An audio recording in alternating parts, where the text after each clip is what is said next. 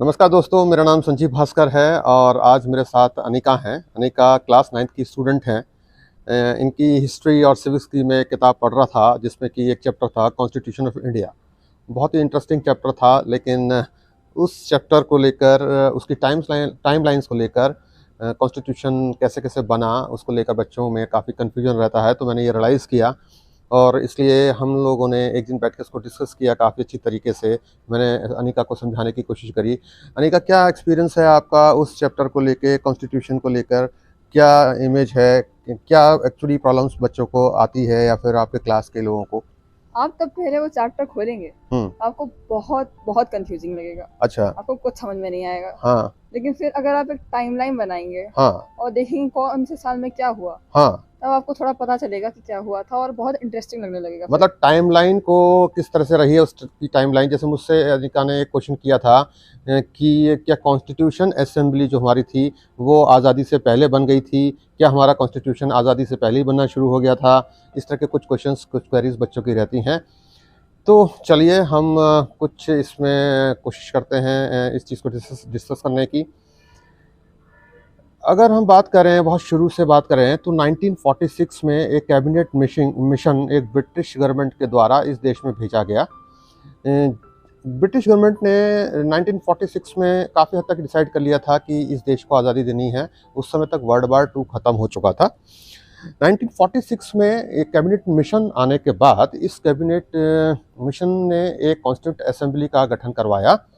Constituent assembly provisional elections के बाद इसके मेंबर्स का गठन हुआ और कुल मिला के इनिशियली 385 मेंबर्स इस कॉन्स्टिट्यूएंट असेंबली के थे।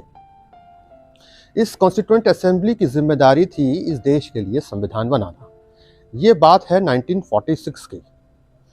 पहली जो बैठक कॉन्स्टिट्यूएंट असेंबली की हुई वो दिसंबर 1946 में हुई। तो हमारी कॉन्स्टिट्यूएंट असेंबली के कुल 385 मेंबर्स थे, लेकिन मुस्लिम लीग ने इस कॉन्स्टिट्यूएंट असेंबली का बहिष्कार किया और वो इस कॉन्स्टिट्यूएंट असेंबली में शामिल नहीं हुई, क्योंकि मुस्लिम लीग के जो लीडर थे मोहम्मद अली जिन्ना, वो अलग कॉन्स्टिट्यूएंट असेंबली की मांग कर रहे थे। तो जब पाकिस्तान अलग बना तो उनकी अलग सेपरेट कॉन्स्टिट्यूएंट असेंबली बनी। तो हमारे जो टोटल 385 मेंबर्स थे उसमें से अब हमारे 299 मेंबर्स रह गए थे। तो अब 299 मेंबर कॉन्स्टिट्यूएंट असेंबली के पार्ट थे जो कि कॉन्स्टिट्यूशन बनाने के काम कर रहे थे। यानी कि वो टाइमलाइन है। इस समय तक हमारा देश आज़ाद नहीं हुआ था। हम लोग 46 की बात कर रहे हैं। 46 में कॉन्स्टिट्यूशन बनने की प्रक्रिया शुरू हो गई और बहुत सारी कमेटीज इसमें बनी और कॉन्स्टिट्यूशन बनने का सिलसिला चल निकला।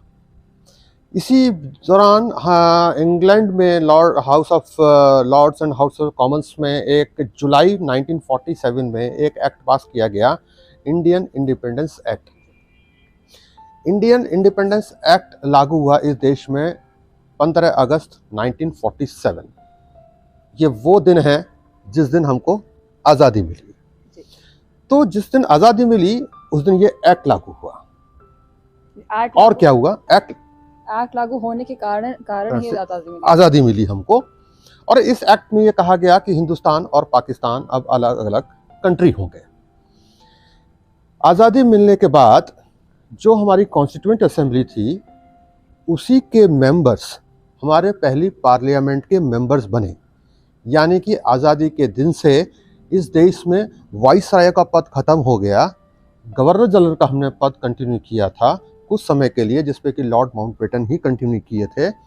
और उस दिन हमारे देश को पहले प्रधानमंत्री मिले जो कि पंडित जवाहरलाल नेहरू थे, और उन्होंने अपने 15 लोगों की एक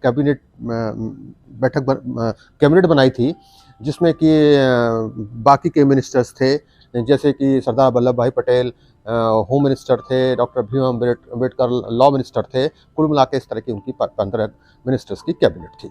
तो जो हमारी कॉन्स्टिट्यूएंट असेंबली थी वही हमारी पहली पार्लियामेंट बन गई है।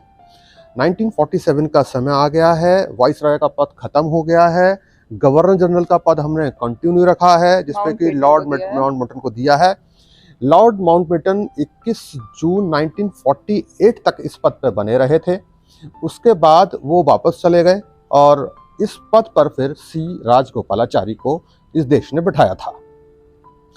तो तो सी राजगोपालाचारी 21 जून 1948 से 1950 तक गवर्नर जनरल के पद पर रहे थे। इस बीच आज़ादी के बाद हमारे संविधान बनने की प्रक्रिया जारी रही। फिर एक ड्राफ्टिंग कमेटी का गठन किया गया। ड्राफ्टिंग कमेटी के हेड थे doctor B R Ambedkar. Doctor B R Ambedkar father of constitution भी कहलाते हैं। उसके बाद ड्राफ्ट्स बने, डिस्कस हुए, कॉन्स्टिट्यूशन असेंबली में उसको डिस्कस के पटल पर रखा गया और डिस्कस किया गया। फाइनली हमारा कॉन्स्टिट्यूशन 26 नवंबर 1949 को बनके तैयार हो गया। उसको बनाने में 2 साल एक महीना 2 साल 11 महीने और 7 दिन लगे। 17 दिन, हाँ 7 दिन या 17 दिन, बहुत एग्जैक्टली आपकी किताब में ज़रूर लिखा होगा। तो उसको बनाने में हमको करीब लगभग 3 साल उसको बनाने में लगे और हमारा कॉन्स्टिट्यूशन बनके तैयार हो गया। यानी कि जो कॉन्स्टिट्यूशन हमारा आज़ादी से पहले बनना शुरू हुआ था, बीच में हमको 1947 में आज़ादी मिली और उसके बाद 26 नवंबर 1949 को हमारा कॉन्स्टिट्यूशन बनके तैयार हो गया। लेकिन और 1949 की अगर हम कॉन्स्टिट्यूशन का प्रीएम्बल पढ़ेंगे तो उसमें लिखा हुआ है कि हम इस कॉन्स्टिट्यूशन को अपने आप को देते हैं, सौंपते हैं 1949 को। लेकिन इस कॉन्स्टिट्यूशन को फॉर्मली लागू किया गया 26 जनवरी 1950। यस, इसको 1950 को लागू किया गया। अब इसके पीछे भी एक स्टोरी है कि इसको 1950 को क्यों लागू किया गया, इमीडिएट प्रभाव से पूर्ण रूप से क्यों लागू किया गया। पूर्ण रूप का वर्ड मैंने इसलिए कहा क्योंकि कुछ प्रोविजंस 26 नवंबर 1949 से ही लागू कर दिए गए, जैसे कि सिटीजनशिप के लेके प्रोविजंस थे या इलेक्टोरल के लेकर प्रोविजंस, इलेक्शंस को लेकर प्रोविजंस थे, वो इमीडिएट इफेक्ट से लागू कर दिए गए थे। अब 1950 में लागू करने की वजह, अब हम इतिहास के थोड़ा सा पीछे पन्ने पलटते हैं और हम पहुंचते हैं दिसंबर 1929। दिसंबर 1929 में कांग्रेस का अधिवेशन हुआ लाहौर में, जिसको कि हम लाहौर अधिवेशन के नाम से जानते हैं। लाहौर अधिवेशन में रेजोल्यूशन पास किया गया कि हम पूर्ण स्वराज्य लेंगे, कंप्लीट इंडिपेंडेंस। कंप्लीट इंडिपेंडेंस का मतलब ये था कि कुछ नेताओं का मानना ये था कि अगर हम इंग्लैंड के डोमिनियन भी हो जाएं तब भी काम चल जाएगा, यानी कि नाम मात्र के लिए हमारे ऊपर ब्रिटिशर्स का एक राज रहेगा, लेकिन हम लोग पूरी तरह से ऑटोनोमस होंगे। लेकिन लाहौर अधिवेशन में ये किया गया कि नहीं, वी विल हैव द पूर्ण स्वराज और हम कंप्लीट इंडिपेंडेंस की बात करने लगे। और इसी रिजोल्यूशन पास जब हुआ था तो कांग्रेस ने ये निर्णय लिया कि 26 जनवरी 1930 से हम इंडिपेंडेंस डे मनाना शुरू कर देंगे।